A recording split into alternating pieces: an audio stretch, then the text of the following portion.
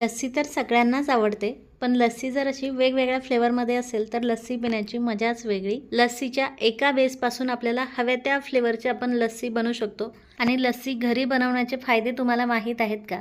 लस्सी आपण फ्रेश दह्यापासून बनवू शकतो। तसेच बाहेर 2 व्यक्तीच्या लस्सीच्या खर्चामध्ये घरात आपण 5 ते 6 लोकांसाठी लस्सी बनवू शकतो, तेही वेगवेगळ्या फ्लेवरची। आता तर उन्हाळा सुरू झालाय आणि गरमीही खूप वाढली आहे, त्यामुळे किमान लस्सीचा हा 1 ग्लास रोज पिलाच पाहिजे।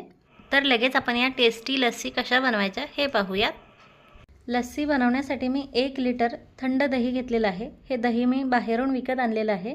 तुम्ही घरी देखील दही तयार करून त्याची लस्सी बनवू शकता। फक्त दही आपल्याला छान घट्ट हवंय, त्यामुळे छान क्रीमी आणि मलाईदार लस्सी तयार होते। आता यात आपल्याला पिठी साखर घालायची आहे, त्यामुळे साखर आपण बारीक करून घेऊयात।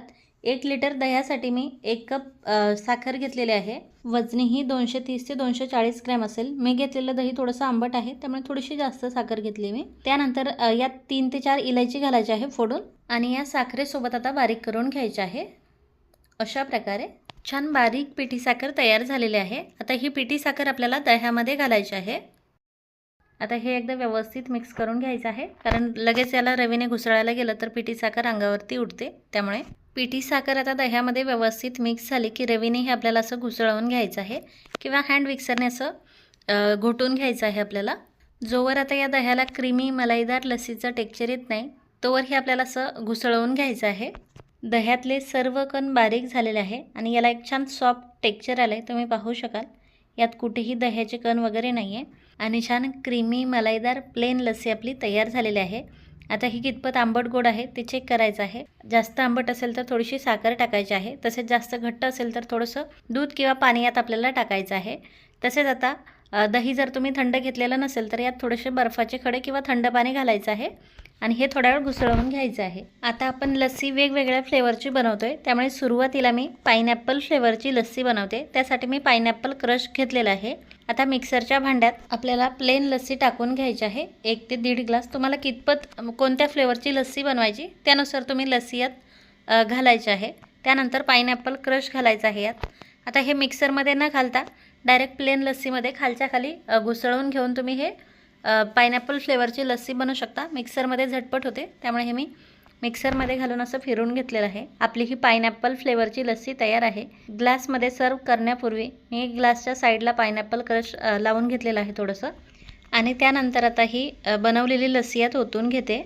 आपली ही पाइनॲपल फ्लेवरची लस्सी तयार आहे।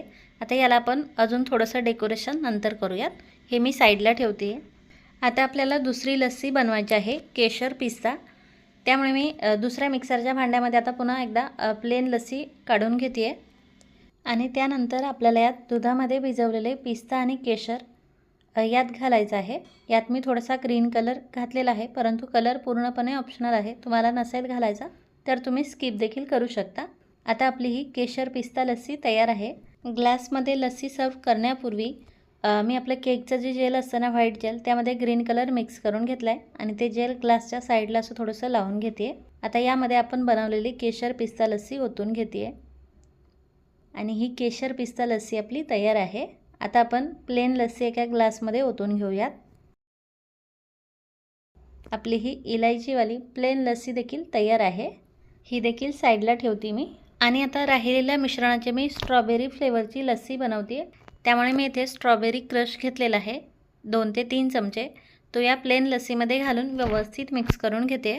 आता तुम्ही मी बनवलेल्या लस्सी व्यतिरिक्त इतर फ्लेवरच्या म्हणजे रूह अफजा लस्सी, मँगो लस्सी, ऑरेंज लस्सी अशा वेगवेगळ्या फ्लेवरच्या लस्सी बनवू शकता। आता आपली ही स्ट्रॉबेरी फ्लेवरची लस्सी तयार आहे, त्यामुळे ही आपण ग्लासमध्ये ओतून घेऊयात। ग्लासच्या साईडला मी स्ट्रॉबेरी क्रश लावून घेतलेला आहे, आणि त्यामध्ये ही लस्सी ओतून घेते। आपली स्ट्रॉबेरी लस्सी देखील तयार आहे। आता आपण ह्या 4 वेगवेगळ्या फ्लेवरच्या लस्सी बनवून घेतलेल्या आहे। आपण याला आता अजून थोडंसं वरून गार्निशिंग करून घेऊयात। आता सुरुवातीला मी पाइनॲपल लस्सीवरती पाइनॲपल जेलने थोडंसं गार्निश करून घेते। त्यानंतर आपल्या प्लेन इलायची लस्सीवरती थोडंसं क्रीमी दही घातलेलं आहे मी। त्यानंतर आवडीनुसार यावरती ड्रायफ्रूट्स घालायचे आहे, आणि याला गार्निश करून घ्यायचं आहे। तुम्हाला पाहिजे तसं गार्निश करून घेऊ शकता बरं। त्यानंतर यावरती एक शुगर बॉल ठेवते मी, म्हणजे लस्सी आपली अजून छान दिसेल। आता आपल्या स्ट्रॉबेरी लस्सीवरती मी स्ट्रॉबेरी जेलने असं गार्निश करून घेते। या पायनॅपल लस्सीवरती देखील थोडेसे लाल कलरचे डॉट टाकून घेतले मी, म्हणजे अजून छान दिसेल. तसेच थोड्याशा गुलाबाच्या पाकळ्या घातलेल्या आहे मी स्ट्रॉबेरी लस्सीवरती. त्यानंतर ग्रीन कलरच्या जेलने आपल्या केशर पिस्ता लस्सीवरती देखील थोडंसं गार्निशिंग करून घेतलेलं आहे. त्यानंतर केशर पिस्ता लस्सी आहे, त्यामुळे काही केशरचे धागे आणि पिस्त्याचे काप आपल्याला यावरती घालायचे आहे. आता आपल्या लस्सी पूर्णपणे रेडी आहे. किती सुंदर दिसत आहे तुम्ही पाहू शकाल आणि खूप झटपट तयार झालेलं आहे बरं. म्हणजे मला बाकीच्या रेसिपी शूट करायला खूप वेळ लागतो, पण ही रेसिपी एकदम झटपट तयार झालेली आहे. तसेच खूप छान टेस्टी देखील झालेल्या आहेत बरं लस्सी. खरंच एकदम यम्मी. तुम्ही नक्की ट्राय करा. तुम्हाला या लस्सी खरंच खूप आवडतील.